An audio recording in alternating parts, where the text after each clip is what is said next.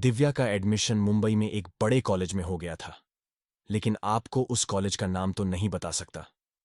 दिव्या बहुत खुश थी, और होती भी क्यों ना। उसने जिस कॉलेज में जाने का सपना देखा था वह आज पूरा हो गया था। चलो, फिर तुम जाने की तैयारी करो, हमें परसों ही निकलना है। लेकिन एक समस्या है, वहां कॉलेज के हॉस्टल में कोई भी कमरा नहीं मिला।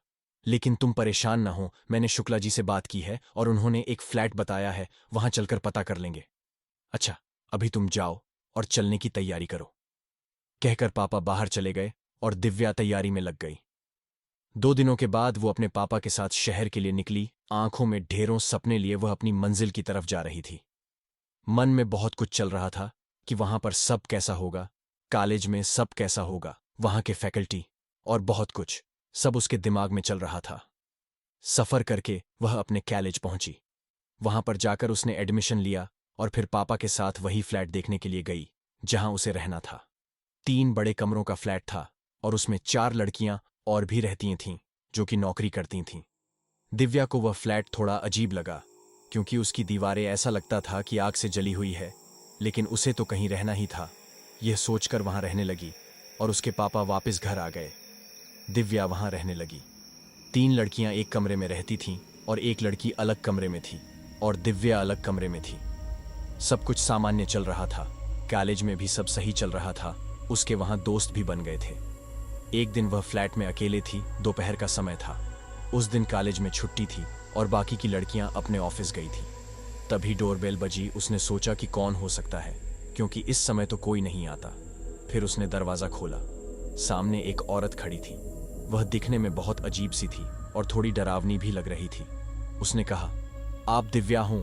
जी। पर आपको मेरा नाम कैसे पता? उसने कहा कि यह सब छोड़ो कि मैं आपको कैसे जानती हूं।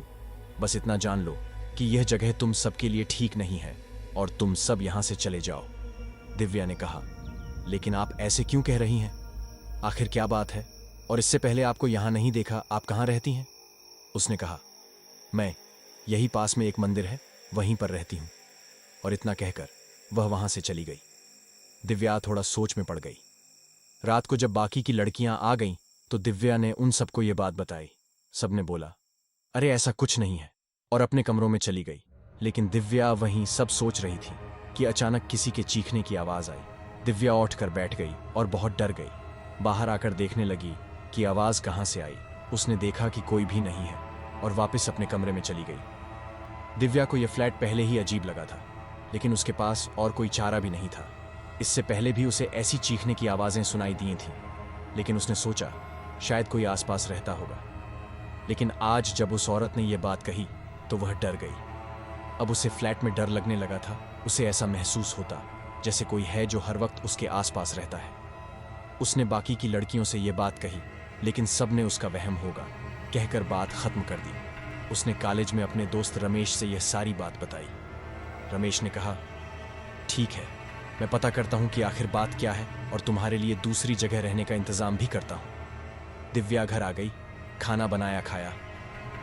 बाकी का काम निपटाने के बाद वह अपने कमरे में आ गई। बाकी लड़कियों से उसकी ज्यादा बात नहीं होती थी। कल उसका पेपर था तो वह रात तक पढ़ाई कर रही थी। तभी अचानक उसे ऐसा लगा कि कोई उसके कमरे में आ गया है। वह बहुत घबरा गई। उसने हिम्मत करके पीछे देखा तो उसे कोई भी नहीं दिखा। उसने राहत की सांस ली। थोड़ी देर बाद फिर उसने सुना कि कोई बहुत तेज चिल्लाया। उसे ऐसा लगा कि कमरे के बाहर सब बहुत तेजी से इधर उधर भाग रहे हैं और चिल्ला रहे हैं। उसने बाहर झांक कर देखा तो सब सामान्य था। अब उसके दिल की धड़कन बढ़ गई। तभी अचानक से लाइट ऑफ हो गई और किसी के चलने की आवाज सुनाई दे रही थी जो कि उसके कमरे में ही था और उसके सामने आकर खड़ा हो गया।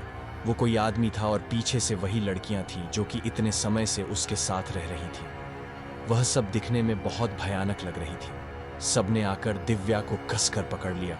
उनके पास से अजीब सी बदबू आ रही थी। उस आदमी ने कहा कि तुम मेरे साथ उस दुनिया में चलो, इस दुनिया में कुछ भी नहीं है। दिव्या ने मना किया तो उनमें से एक लड़की ने उसका गला दबा दिया। बोली, हमारे गुरु की शरण में आओ।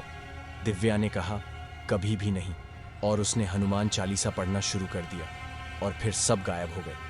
दिव्या बहुत डरी हुई थी। उसने घड़ी में देखा तो अभी 3 ही बज रहे थे।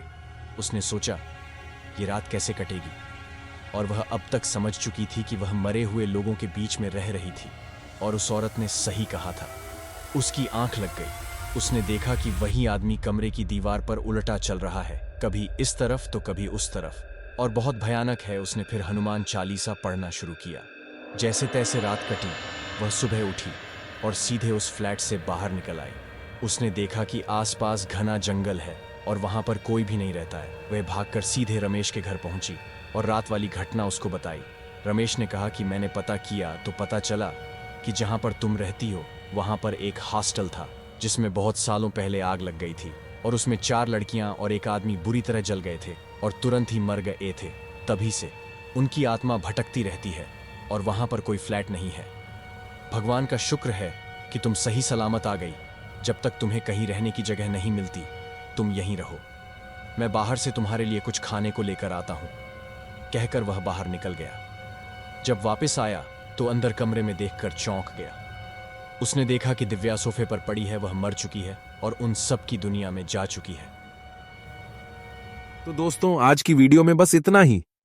वीडियो पसंद आया तो मेरे चैनल को सब्सक्राइब करें। धन्यवाद।